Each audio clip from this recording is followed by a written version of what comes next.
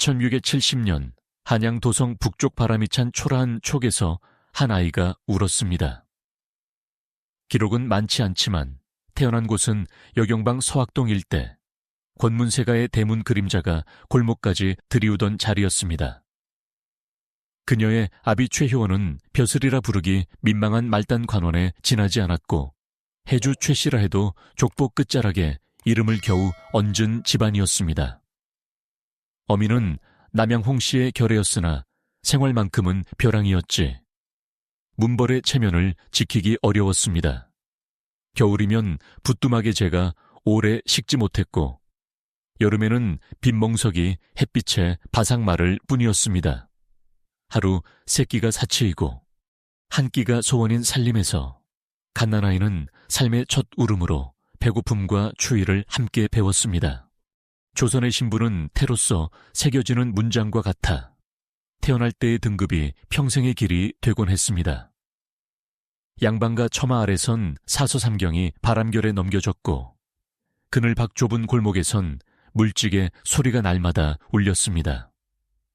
아이는 장차 그런 소리에 익숙해질 운명이었습니다. 그러나 역사는 때때로 빗막에서 시작한 한 생을 불러내어 위기의 줄을 잠시 흔들게 합니다. 훗날 사람들은 이 아이를 숙빈 최씨라 부를 터이지만 지금의 그녀는 성도 이름도 희미한 한학이, 차가운 방바닥과 거친 배자락을 기억 속 첫 풍경으로 간직할 뿐입니다. 그녀의 탄생을 둘러싼 시대는 현종의 통치 말기, 나라가 겉으로는 안정되었으나 기류는 얇은 얼음 같던 때였습니다. 관청의 문서가 눈처럼 쌓여도 민가의 창호지는 더 얇아졌고 문벌의 울타리 바깥에서 태어난 아이에게는 선택지가 많지 않았습니다. 가난한 사내에게 시집과 굶주림과 병을 견디다 사그라지는 길, 그것이 흔한 결말이었지요. 하지만 운명은 늘 빈틈을 남깁니다. 언젠가 닥칠 불행과 행운이 같은 통로로 들어오듯 이 아이의 호흡은 보잘것없는 살림 속에서도 은근히 길어졌습니다. 그녀의 삶은 여기서 시작됩니다. 이름보다 먼저 굳어지는 신분의 벽 앞에서 아이는 무엇을 잃고 무엇을 얻을까요? 다음은 가혹한 결핍이 한 소녀를 궁의 문턱으로 밀어넣는 순간입니다. 세월이 채 7번의 봄을 넘기기도 전에 아이는 세상에서 홀로 남았습니다. 부모가 어떤 병으로 눈을 감았는지는 알 길이 없지만 남은 것은 차가운 방 한 칸과 말라버린 나무 젓가락뿐이었습니다. 스스로 생을 이어갈 수 없는 나이에 고아, 그녀를 품어줄 친척조차 없었습니다. 그때 뜻밖의 손길이 내밀어졌습니다. 궁궐의 상궁들이었습니다. 궁중은 늘 어린 고아들을 데려다 길렀습니다. 그들을 무술이라 불렀지요. 빨래, 물 나르기, 청소, 온갖 허드렛일을 맡는 이들. 신분이라 하기에도 낮은 자리, 이름 대신 손과 허리로만 존재하는 세계였습니. 다. 궁궐로 향하는 날, 소녀의 눈에는 높은 담장이 하늘을 막은 듯 했습니다.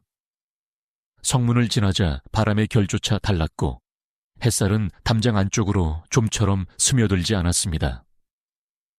그녀는 이제 나라의 가장 깊은 속살, 궁궐의 그림자 속에서 살게 되었습니다. 새벽달기 울면 일어나 물을 깃고 해가 저물면 비단 대신 거친 걸레로 마루를 닦았습니다. 실수라도 하면 곧 매질이 따랐고 밥그릇의 보리쌀은 늘 모자랐습니다. 그러나 궁궐이란 곳은 아이러니하게도 불행과 생존이 동시에 자라는 곳이었습니다. 어린 최 씨는 배움 대신 몸으로 질서를 익혔습니다. 상궁의 눈빛 하나에도 뜻을 읽고 낯선 공간의 공기를 가늠했습니다. 말보다 눈치가 먼저였고 눈물보다 침묵이 안전했습니다. 무술이는 말이 없어야 산다. 이는 그녀가 가장 먼저 배운 궁중의 법이었습니다. 그렇게 침묵은 살아남는 기술이 되었고 몸의 기억은 그녀를 더 강하게 만들었습니다. 밤마다 그녀는 생각했을 것입니다. 나는 왜 이곳에 있나? 이 높은 담 안에서 나는 어디까지 오를 수 있을까? 그러나 소녀는 알지 못했습니다. 그 질문이 훗날 조선 왕조의 운명을 뒤흔드는 서사의 첫 장이 될 것임을. 다음은 침묵 속에서 눈치를 배우며 자신만의 생존의 길을 닦아가는 시간입니다. 궁궐의 새벽은 늘 차갑고 무겁게 내려앉았습니다. 종소리가 울리면 무수리들은 그림자처럼 움직였습니다. 그녀도 그중 하나였습니다. 두 손이 물에 잠겨 있을 때가 가장 많았고 거친 삼배 옷은 늘 축축했습니다. 찬물에 빨래를 하느라 손끝이 갈라졌고 마루를 닦느라 무릎에는 굳은 살이 앉았습니다. 그러나 그녀는 한 번도 눈살을 찌푸리지 않았습니다. 누구보다 빠르게 손을 놀리고 실수 없이 일을 마쳤습니다. 궁궐 안에서 그것이 유일한 자존심이자 방패였습니다. 그녀는 눈치가 빨랐습니다. 상궁이 무엇을 원할지, 어떤 일이 일어나려 하는지를 미리 읽어냈습니다. 누구보다 먼저 움직였고 필요를 채워주었습니다. 덕분에 매질을 피할 수 있었고 밥그릇의 보리쌀이 한 줌 더 늘었습니다. 그러나 무엇보다도 그녀를 살게 한 것은 입의 무게를 아는 본능이었습니다. 말은 칼보다 날카롭고 한마디의 실언은 생을 끊을 수도 있었습니다. 그녀는 침묵으로 자신을 감쌌습니다. 귀는 열려 있었으나 입은 닫혀 있었지요. 궁궐은 말이 많은 자를 먼저 삼키는 곳임을 너무 일찍 배웠습니다. 세월은 그렇게 흘러 10살이 넘자 그녀의 손은 이미 상궁들의 손과 다를 바 없었습니다. 15이 되었을 때엔 작은 정악을 책임지는 일꾼으로 성장했습니다. 궁궐의 구석구석을 꿰뚫었고 누가 누구의 편인지, 어느 문이 열리면 바람이 바뀌는지를 알았습니다. 그럼에도 그녀는 야망을 드러내지 않았습니다. 눈빛은 낮았고 말투는 늘 공손했습니다. 궁궐이란 낮게 고개 숙이는 자만이 오래 버틸 수 있는 세상이었으니까요. 그녀는 밤마다 마루 끝에 앉아 자신을 다그쳤을 것입니다. 오늘은 무사했다. 내일도 조심해야 한다. 그렇게 스스로를 단련하며 그녀의 내면에는 굳은 살보다 단단한 의지가 자리 잡았습니다. 어린 무수리는 어느덧 20살의 여인이 되었고 그녀의 침묵은 생존을 넘어 일종의 품격이 되어 있었습니다. 하지만 그 조용한 나날은 오래가지 않았습니다. 바깥 세상에서 거센 바람이 불어오고 있었으니까요. 곧 조선의 권력이 요동치며 그녀의 삶도 또 한 번 뒤집히게 됩니다. 다음은 어린 숙종의 즉위와 함께 궁중의 질서가 흔들리던 격동의 시대입니다. 천인규 74년 조선의 하늘이 바뀌었습니다. 현종이 세상을 떠나고 겨우 14살의 소년왕 숙종이 즉위했습니다. 아직 목소리도 어렸던 임금의 즉위는 조정의 균형을 무너뜨렸습니다. 권력의 축이 한쪽으로 기울며 남인과 서인이 번갈아 권좌를 차지하는 환국의 시대가 시작된 것입니다. 궁궐의 공기는 한층 더 차가워졌고 낮은 신분의 하녀들에게도 보이지 않는 긴장이 감돌았습니다. 바깥에서는 붕당이 싸웠고 안에서는 중전과 후궁이 대립했습니다. 권력은 피비린내 없이도 목숨을 앗아가는 것이었지요. 그녀는 여전히 무수리로 일했습니다. 하지만 손끝으로 느껴지는 공기의 흐름이 달라졌습니다. 새로 들어온 상궁들의 말투, 바뀐 행궁의 동선, 왕비의 시녀들 사이에 흐르는 은밀한 경쟁. 궁궐이란 본디 살아있는 생물 같아 주인이 바뀌면 숨결도 바뀌기 마련이었습니다. 그 모든 변화를 그녀는 말없이 관찰했습니다.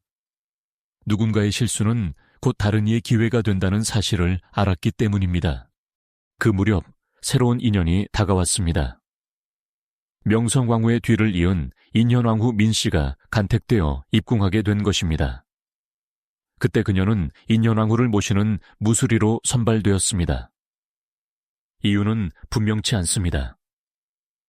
지방관으로 있던 인현의 부친 민유중이 예전에 그녀의 지방과 인연이 있었을지도, 혹은 단지 그녀의 성실함과 조용한 태도가 눈에 띄었을지도 모릅니다.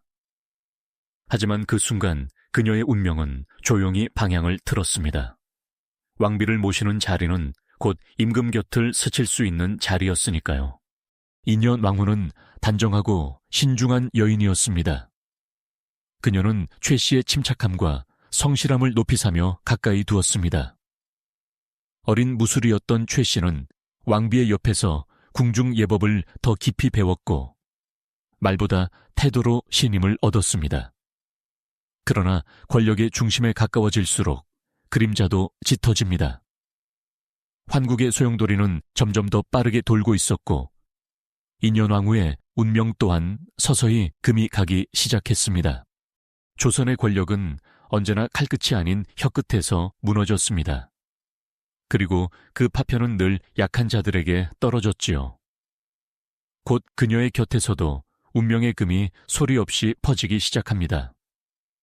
다음은 왕비의 몰락과 함께 모든 것을 잃을 뻔한 한 여인의 시련입니다.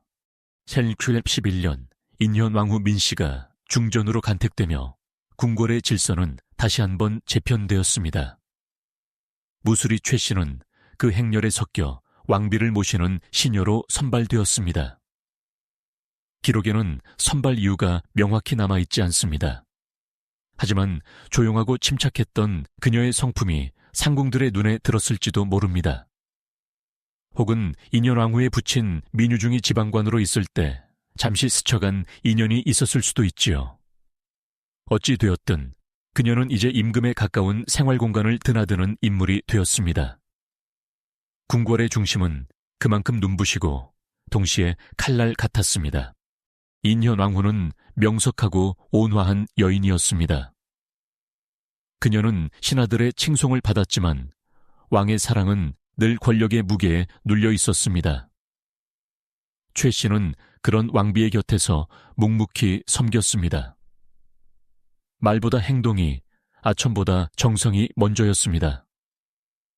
왕비가 차를 들 때 향이 지나치지 않게 끓이고 밤이면 등잔불을 조심스레 꺼뜨렸습니다. 그녀의 하루는 사소한 섬세함의 연속이었지만 그 속에서 왕비의 신임을 얻었습니다. 무술이로서 받을 수 있는 최고의 평가였습니다. 그 무렵 궁궐 밖 정세는 격동의 연속이었습니다. 서인과 남인이 번갈아 조정을 지배했고 숙종의 마음은 하루아침에 달라졌습니다. 정치는 언제나 인간의 감정 위에서 흔들렸고 왕비의 운명 또한 그 위태로움에서 벗어나지 못했습니다. 1989년 남인이 권력을 잡자 인현 왕후는 폐비로 몰리고 장희빈이 중전의 자리를 차지했습니다. 세상은 하루아침에 뒤집혔고 왕비를 모시던 자들은 모두 몰락의 낙인을 찍혔습니다. 최 씨 또한 그들과 함께 내쫓길 운명이었습니다. 그러나 알 수 없는 이유로 그녀는 궁궐에 남게 되었습니다. 누군가의 비호가 있었을지도 모릅니다. 혹은 그녀의 신중함이 마지막 방패가 되어 주었을지도요. 하지만 이제 그녀는 더 깊은 어둠 속에 놓였습니다. 폐비의 무술이라는 낙인은 그녀의 모든 걸 짓눌렀습니다. 새 중전 장희빈의 눈은 날카로웠고 최 씨는 가장 먼저 표적이 되었습니다. 구박, 모욕, 끝없는 노동이 이어졌습니다. 그녀는 다시 궁의 밑바닥으로 떨어졌습니다. 그러나 포기하지 않았습니다. 세상의 변화가 언제나 불행만을 의미하지 않는다는 것을 그녀는 이미 알고 있었습니다. 견딘다는 것은 언젠가 찾아올 기회를 준비하는 또 다른 이름이었습니다. 그리고 어느 늦은 밤 그녀의 인생은 다시 한번 방향을 틀게 됩니다. 다음은 어둠 속 촛불 아래에서 임금과의 운명적인 조우가 이루어지는 순간입니다. 늦은 밤 궁궐의 정악들은 적막했습니다. 달빛은 기와를 타고 스며들었고 멀리서 들려오는 경비의 발소리만이 생의 기척을 남겼습니다. 그 한켠 잊힌 정악의 어두운 구석에서 한 여인이 촛불을 켜고 무릎을 꿇었습니다. 무술이 최 씨였습니다. 누구도 찾아오지 않는 그곳에서 그녀는 두 손을 모아 조용히 기도했습니다. 부모의 명복을 빌었는지 아니면 자신을 이 고통에서 구해달라 청했는지 알 수 없습니다. 다만 그 촛불의 흔들림이 그녀의 불안과 절망을 대신하고 있었습니다. 그 순간 운명이 문을 열었습니다. 잠을 이루지 못한 숙종이 밤 산책 중 그 빛을 발견한 것입니다. 어둠 속에서 새어나오는 희미한 불빛은 그를 이끌었고 임금은 조용히 발걸음을 멈췄습니다. 정각 문틈 사이로 보이는 여인의 모습은 초라했으나 이상하게 눈길을 끌었습니다. 숙종은 문을 열고 물었습니다. 이 밤중에 그대는 무엇을 하고 있는가? 뜻밖의 질문에 최 씨는 놀랐지만 허리를 굽히며 담담히 대답했습니다. 죽은 부모의 영혼을 위해 기도하고 있사옵니다. 올리세. 그 한마디는 꾸밈이 없었습니다. 궁궐에서 살아남은 자의 입에서 나올 법한 아첨도 두려움의 떨림도 없었습니다. 숙종은 그 담담한 눈빛에서 묘한 정적을 느꼈습니다. 화려한 궁궐 속 누구에게도 들을 수 없던 진심의 울림이었지요. 임금은 잠시 그곳에 머물렀습니다. 어둠 속에서 들려오는 그녀의 숨결은 불쌍하면서도 단단했습니다. 며칠 뒤 숙종은 다시 그녀를 불렀습니다. 그날 두 사람은 짧은 대화를 나누었습니다. 최 씨는 궁궐 예법과 일상의 규율에 익숙했으나 결코 교만하지 않았습니다. 숙종은 정치의 피로와 인간의 외로움 사이에서 그녀의 태도에 안식을 느꼈습니다. 권력의 중심에 선 자와 그 가장 아래에 있던 여인이 그렇게 우연처럼 마주 앉았습니다. 그날 밤 이후로 숙종의 시선은 자주 그녀에게 향했습니다. 궁궐의 바람이 변하기 시작했고 소문이 잦아들기 전에 운명은 이미 다음 장을 준비하고 있었습니다. 다음은 그 우연이 사랑으로 바뀌고 신분의 사슬을 흔들기 시작한 순간입니다. 93년 궁궐은 다시 한번 파문에 휩싸였습니다. 숙종이 한 무수리에게 승은을 내렸다는 소식이었습니다. 그것은 상상하기 어려운 일이었습니다. 무수리는 후궁의 최하층, 이름조차 기록되지 않는 그림자의 자리였으니까요. 그러나 그 여인은 달랐습니다. 바로 최 씨였습니다. 그녀의 조용한 태도, 불평 한마디 없는 인내, 그리고 그 안에 숨은 단단한 기품이 임금의 마음을 움직인 것이었습니다. 궁궐은 순식간에 술렁였습니다. 장희빈은 분노했고 상궁들은 속삭였습니다. 무수리가 승은을 입었다니 해가 서쪽에서 떴구나. 하지만 숙종의 결정은 번복되지 않았습니다. 최 씨는 종사품 수원으로 봉해졌고 하루아침에 궁궐 서열의 꼭대기 근처로 올라섰습니다.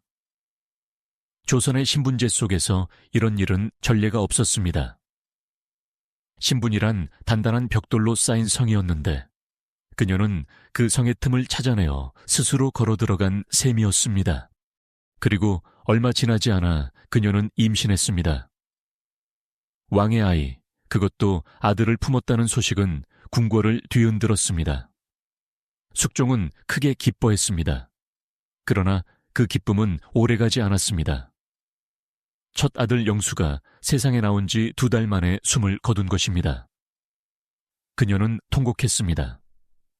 허공에 대고 차라리 내가 대신 가게 해달라고 빌었을지도 모릅니다. 그러나 궁궐은 눈물마저 감추어야 하는 곳이었습니다. 그때부터 이상한 소문이 돌기 시작했습니다. 장희빈이 최 씨를 해치려 했다는 이야기였습니다. 야세는 이런 대목이 전해집니다. 장희빈이 분노에 차서 최 씨를 거꾸로 매달고 매질했다고. 심지어 숙종이 꿈에서 황룡이 울부짖는 것을 보고 깨어 그녀의 고통을 알아차렸다고도 하지요. 진실은 알 수 없지만 그 소문 하나만으로도 당시 그녀가 어떤 위협 속에 살았는지 짐작할 수 있습니다. 그녀는 다시 생의 끝자락을 붙잡았습니다. 사랑은 얻었으나 안식은 얻지 못했습니다. 권력의 정점에 가까워질수록 삶은 더 위험해졌고 그녀의 손끝은 언제나 떨렸습니다. 하지만 역설적이게도 그 절망의 틈에서 또 다른 기회가 태어나려 하고 있었습니다. 다음은 권력의 판도가 바뀌고 그녀의 운명이 다시 빛을 얻는 갑술 황국의 해입니다. 1694년 조선의 정국은 또다시 뒤집혔습니다. 갑술 황국이라 불린 정치적 대변동 속에서 인현왕후가 복위하고 장희빈은 후궁으로 강등되었습니다. 그 소용돌이 속에서 최 씨의 운명은 다시 한번 세계를 찾았습니다. 같은 해 9월, 그녀는 두 번째 아들을 낳았습니다. 그 아이가 바로 연인군 훗날의 영조였습니다. 숙종은 크게 기뻐하며 그녀를 수기로 올렸습니다. 이제 궁궐의 누구도 그녀를 하찮게 부를 수 없었습니다.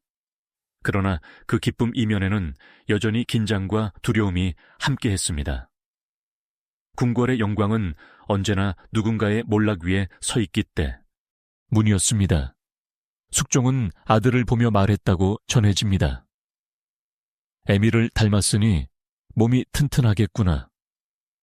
이 한마디에는 두 겹의 뜻이 있었습니다. 미모보다 강인한 체질을 닮았다는 찬사이자 그녀의 평범한 외모를 에둘러 표현한 말이었습니다. 하지만 그 말은 오히려 숙종의 마음에 그녀가 단순한 미모의 여인이 아님을 인정하는 증표이기도 했습니다. 그녀는 지혜와 절제로 임금의 신임을 얻은 여인이었으니까요. 세 번째 아이를 낳았지만 일찍 세상을 떠나고 결국 연인군만이 살아남았습니다. 그 한 아이가 그녀의 생의 의미가 되었습니다. 무술이 출신이던 여인이 이제 왕자의 어머니가 된 것입니다. 하지만 그녀는 그 영광을 함부로 드러내지 않았습니다. 누구보다 신중하고 조심스러웠습니다.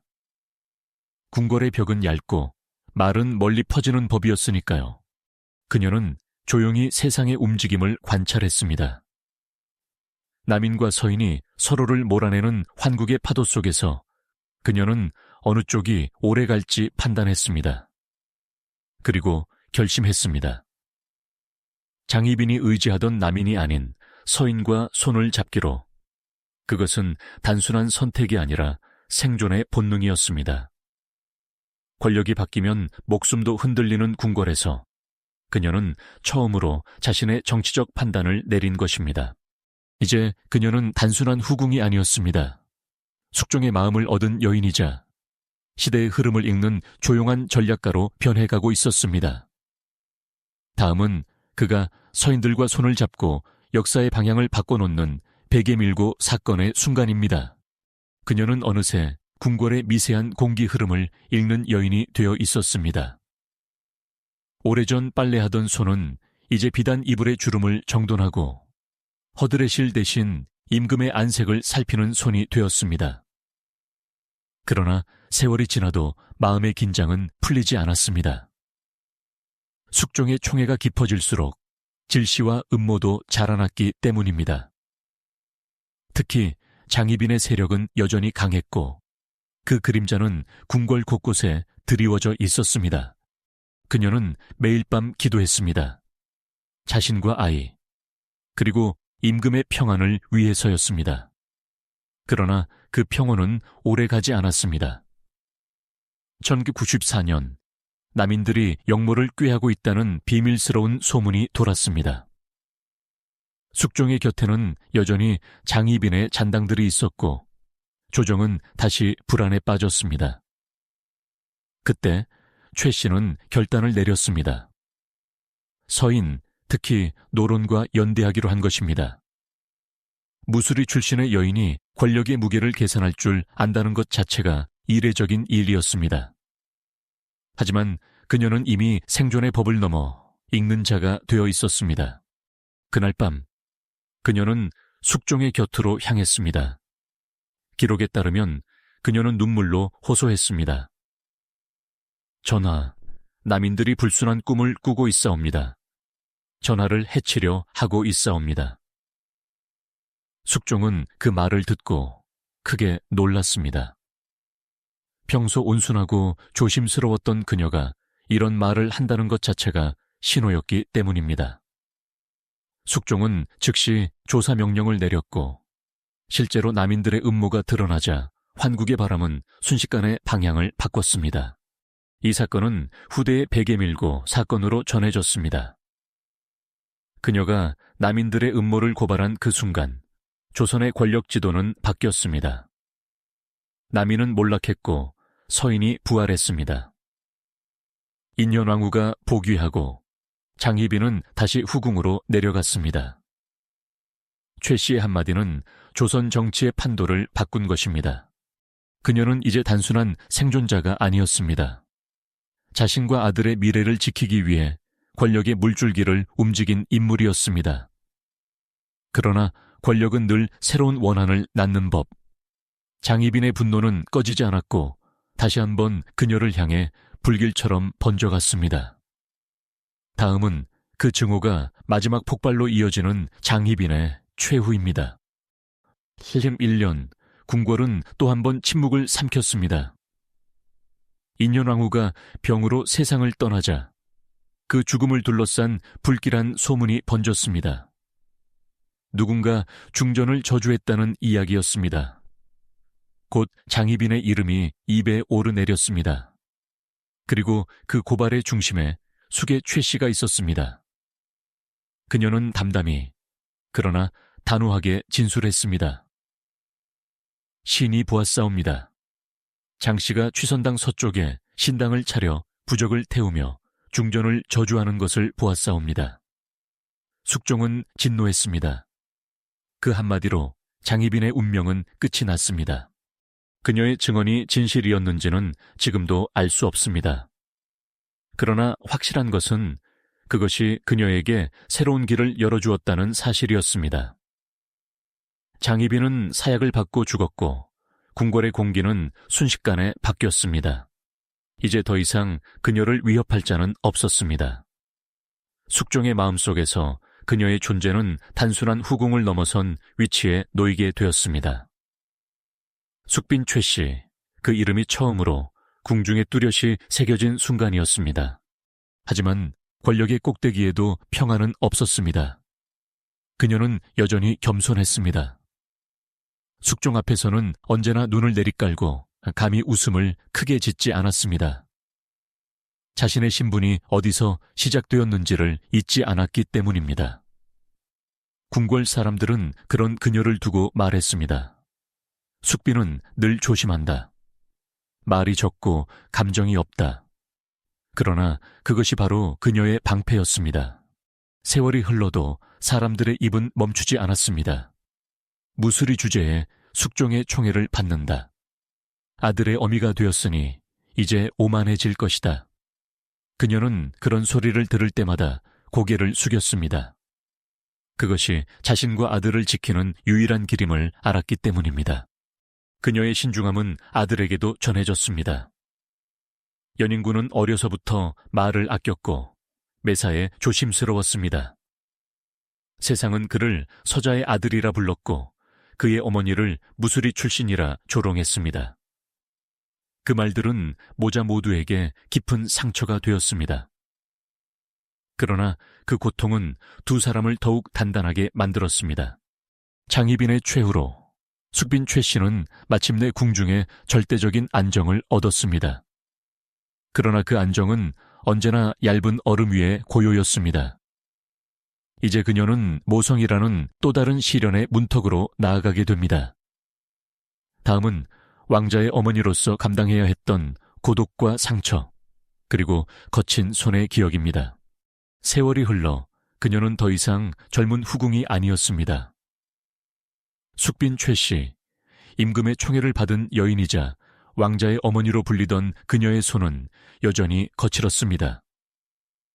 그 손은 한때 찬물 속에서 빨래를 하던 손, 무거운 물통을 들던 손이었지요.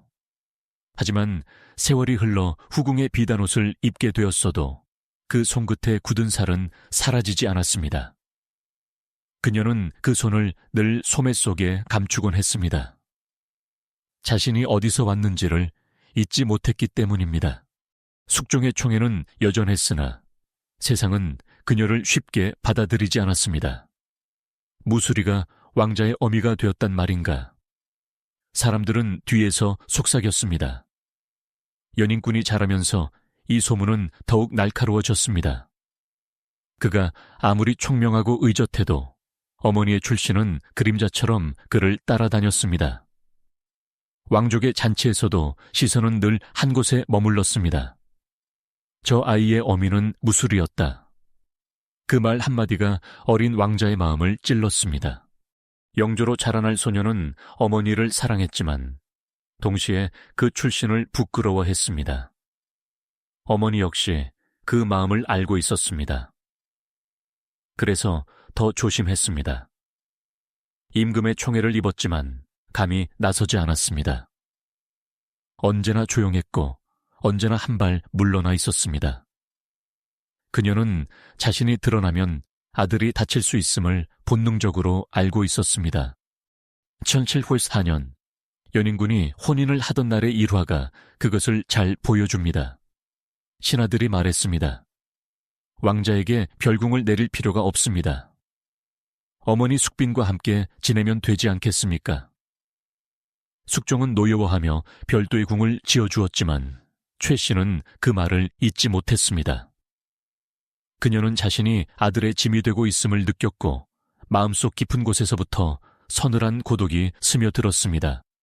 그녀는 점점 쇠약해졌습니다. 오랜 궁궐살이와 끝없는 긴장, 잊히지 않는 출신의 굴레가 몸과 마음을 갉아먹었습니다. 그리고 어느 날 그녀는 조용히 궁을 나와 창의궁으로 옮겨 요양을 시작했습니다. 그곳에서 그녀는 생의 마지막 시간을 맞이하게 됩니다. 다음은 숙빈 최 씨의 마지막 날과 아들의 슬픔으로 이어지는 이별의 장면입니다. 1716년 봄 숙빈 최 씨는 창의궁으로 옮겨 요양을 시작했습니다. 오랜 세월 궁궐의 냉기 속에서 지낸 몸은 이미 약해져 있었고 마음의 피로는 그보다 깊었습니다.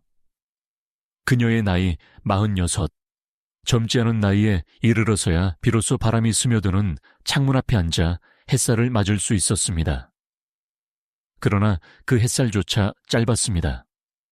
병세는 빠르게 깊어졌고 그녀는 날마다 기도를 올렸습니다. 한때 임금의 곁에서 나라의 중심을 보았던 여인이 이제는 조용히 생의 끝을 준비하고 있었던 것입니다. 그녀의 옆에는 아들 연인군이 있었습니다. 그는 어머니의 손을 붙잡으며 아무 말도 하지 못했습니다. 그 손은 여전히 거칠고 따뜻했습니다. 무술이었던 시절부터 시작된 그 손에 굳은 살은 그 모든 고난과 생존의 기록이었습니다. 그녀는 그 손을 통해 아들에게 마지막 말을 남겼습니다. 언제나 조심하거라. 말은 화를 부르고 마음은 짐이 된다. 그것은 평생을 침묵으로 버텨낸 여인의 유언이었습니다. 1718년 3월 9일 숙빈 최 씨는 세상을 떠났습니다. 향년 49. 그녀의 임종을 지킨 이는 바로 아들 연인군이었습니다. 하지만 그는 서자의 신분이었기에 어머니의 상을 온전히 치르지 못했습니다. 머리를 풀 수도 곡을 크게 할 수도 없었습니다. 왕의 후궁이라는 이유로 슬픔마저 예법에 갇혀야 했습니다. 연인군은 피눈물을 삼켰습니다. 세상은 그가 왕의 아들이라는 사실보다 무수리의 자식이라는 꼬리표를 더 오래 기억했습니다. 그녀의 시신은 경기도 파주의 언덕에 묻혔습니다. 이름은 소령묘. 왕후나 세자의 어머니가 아니라 후궁의 무덤으로 남은 자리였습니다. 그러나 그 흙 아래 잠든 여인의 이야기는 거기서 끝나지 않았습니다. 5해 뒤 역사는 다시 한번 그녀의 이름을 불러 세울 것이었습니다. 1724년 경종이 후사 없이 세상을 떠나고 연인군이 왕위에 올랐습니다. 무수리의 아들이 조선의 임금이 된 것입니다. 그리고 새 임금은 가장 먼저 어머니를 위한 일을 시작했습니다. 다음은 영조가 즉위하며 어머니를 하늘의 품으로 올려보내는 추승의 장입니다. 772-24년 가을 조선의 운명이 다시 바뀌었습니다. 경종이 후사 없이 붕어하자 왕위는 연인군에게 돌아갔습니다. 사람들은 놀랐습니다. 무수리의 아들이 천한 피를 이어받은 자가 이제 나라의 임금이라니. 하지만 숙빈 최 씨의 피는 이미 오래전부터 강인함으로 증명되어 있었습니다. 영조가 즉위하자마자 가장 먼저 한 일은 어머니를 위한 제사를 올리는 것이었습니다. 그에게 왕이란 권력 이전에 오랜 한을 풀어드릴 기회였던 것입니다. 그는 어머니의 무덤을 찾아 엎드렸습니다. 어머니, 아들이 이제 전하의 자리에 섰습니다. 당신의 이름이 더 이상 천하지 않게 하겠습니다.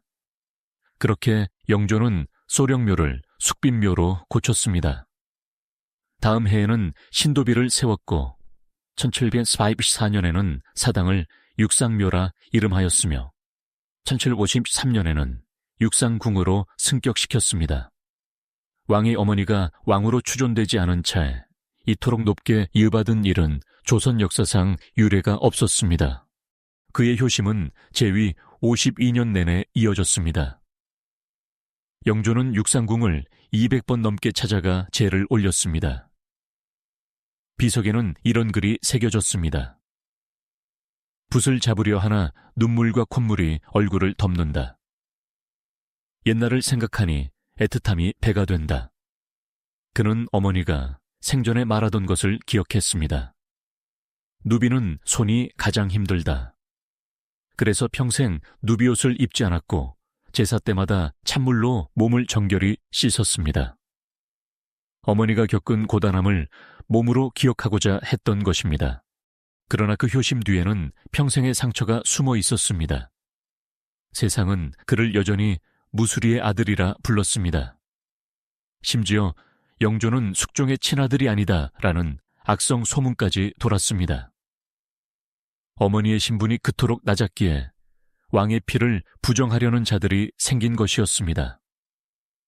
그 말들은 그의 마음을 찢었습니다. 영조는 종종 이렇게 말했다 합니다. 사치는 항상 소심하고 신중하셨다. 이는 세상에 대한 불신과 동시에 어머니의 인내를 잊지 않으려는 다짐이었습니다. 영조는 어머니를 왕으로 추존하려 했지만 신하들의 반대로 뜻을 이루지 못했습니다. 그러나 그는 포기하지 않았습니다. 어머니의 이름 앞에 화경, 안순수복 등의 존호를 더했고 그 뜻을 시대에 남겼습니다. 신분의 벽을 무너뜨린 것은 그가 아니라 어머니의 삶이었습니다. 그녀가 떠난 뒤에도 숙빈의 그림자는 조선 왕실의 혈맥 속에 이어졌습니다. 정조, 순조, 헌종, 철종까지 모두 그녀의 후손들이었습니다. 하지만 그 영광은 동시에 짐이기도 했습니다. 무수리의 후손이라는 사실을 잊을 수 없었기 때문입니다. 그러나 역사는 아이러니하게도 바로 그 불완전함 때문에 그녀를 기억했습니다. 다음은 숙빈 최 씨가 남긴 인간적 유산과 조선 사회에 남긴 교훈의 장입니다. 시간이 흘러도 사람들은 숙빈 최 씨의 이름을 잊지 않았습니다. 하지만 그 이름을 부르는 목소리는 늘 두 가지였습니다. 하나는 찬사였습니다. 무수리에서 왕의 어머니가 된 조선의 신데렐라. 또 하나는 의심이었습니다. 정치적 본능으로 권력의 줄을 잡은 야심가. 진실은 그 중간 어딘가에 있었습니다. 그녀는 불행한 시대에 태어나 주어진 한계를 끝까지 밀어붙인 여인이었습니다. 동시에 생존을 위해 냉철해질 수밖에 없었던 현실의 딸이었습니다. 조선의 신분사회는 철벽과 같았습니다. 태어날 때 정해진 신분은 곧 운명이었고 그 벽을 넘는 일은 불경이라 여겨졌습니다. 하지만 최 씨는 그 금을 넘어섰습니다. 물론 그녀의 발자국 뒤에는 운이 따랐습니다. 그러나 운만으로는 불가능한 일이었습니다. 궁궐에서 배운 예법, 사람의 마음을 읽는 눈, 그리고 무엇보다 자신을 절제할 줄 아는 성품이 그녀를 그 자리로 이끌었습니다. 그녀의 삶을 관통한 핵심은 절제였습니다. 숙종의 총애를 받으면서도 한 번도 주제넘게 나서지 않았고 권세를 손에 쥐었을 때조차 웃음을 절반만 머금었습니다. 그녀는 세상의 시선을 알고 있었습니다. 무수리 출신은 언제든 내쳐질 수 있다.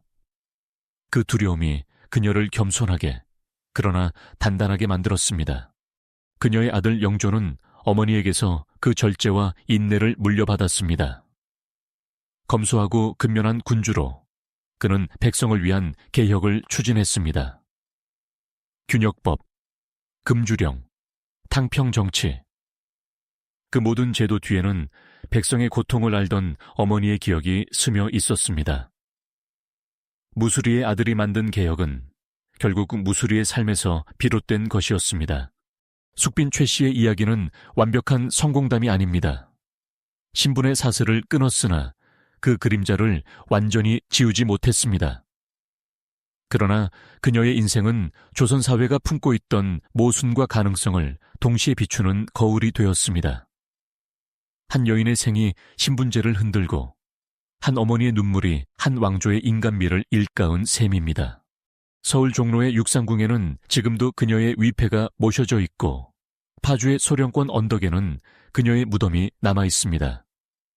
그곳을 찾는 이들은 종종 이렇게 말합니다. 이곳엔 조선의 어머니가 잠들어 있다.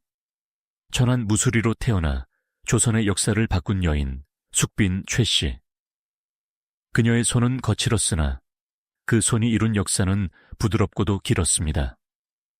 그리고 지금도 누군가는 그녀의 이름을 부르며 묻습니다. 그녀는 성공했는가? 아니요, 그녀는 단지 버텼습니다. 그러나 그 버팀이 곧 성공이었습니다. 그것이 한 여인이 남긴 진짜 역사입니다.